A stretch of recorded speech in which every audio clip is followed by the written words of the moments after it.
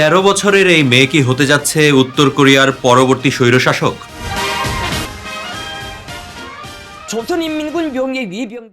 এই বিষয়ে বিস্তারিত জানার আগে উত্তর কোরিয়ার কিম বংশ সম্পর্কে সংক্ষেপে জেনে নেওয়া যাক।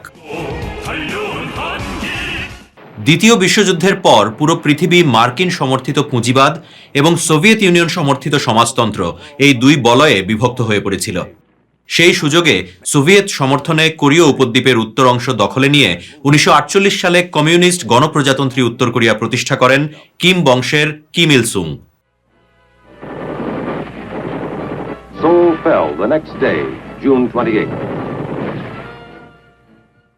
1994 সালে ইল সুং মারা গেলেও তাকে এখনও দেশটির চিরস্থায়ী প্রেসিডেন্টের মর্যাদা দেয়া হয়।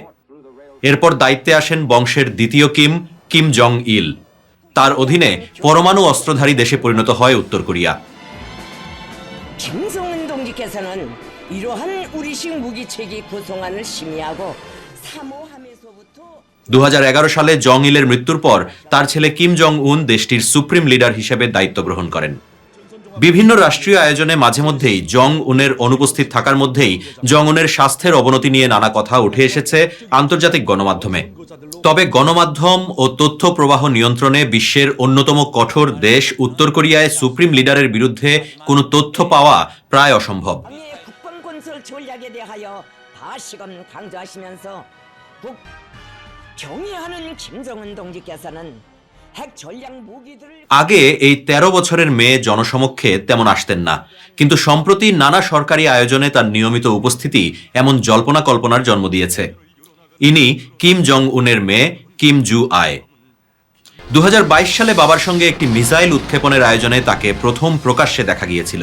এরপর থেকেই রহস্যময় শিশু থেকে হাই প্রোফাইল ব্যক্তিত্বে পরিণত হয়েছেন জু আয়।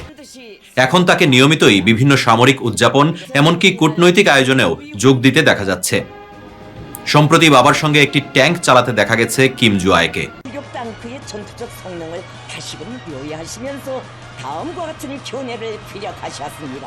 একসময় ঠিক একইভাবে উত্তর কোরিয়ার বর্তমান নেতা কিম জং উনকে জনসমক্ষে ধীরে ধীরে পরিচিত করে তুলেছিলেন তার বাবা কিম জং ইল। ফলে প্রশ্ন উঠেছে, কিম জং উনও কি ধীরে ধীরে তার মেয়েকে উত্তর কোরিয়ার পরবর্তী শাসক হিসেবে গড়ে তুলছেন?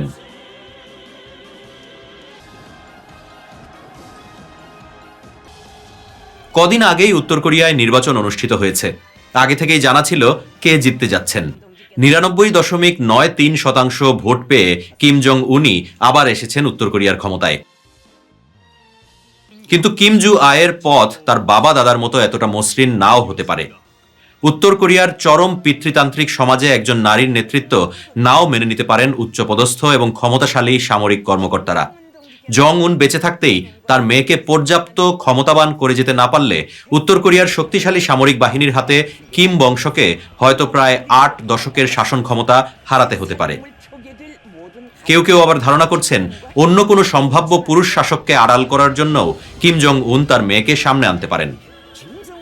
তবে খুব শিগগিরই হয়তো স্পষ্ট হয়ে যাবে কিম জু আয় কি কেবলই কিম জং উনের মেয়ে হিসেবেই প্রকাশ্যে আসছেন, নাকি দেশটির পরবর্তী স্বৈরশাসক হওয়ার প্রস্তুতি নিচ্ছেন। 데 대하여 만족을 해라.